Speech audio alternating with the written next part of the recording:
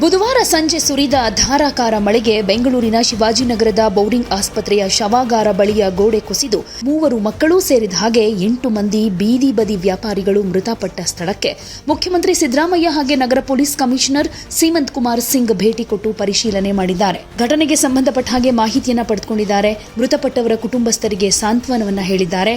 ಹಾಗೆ ಗಾಯಾಳುಗಳ ಆರೋಗ್ಯವನ್ನ ಕೂಡ ವಿಚಾರಿಸಿದ್ದಾರೆ.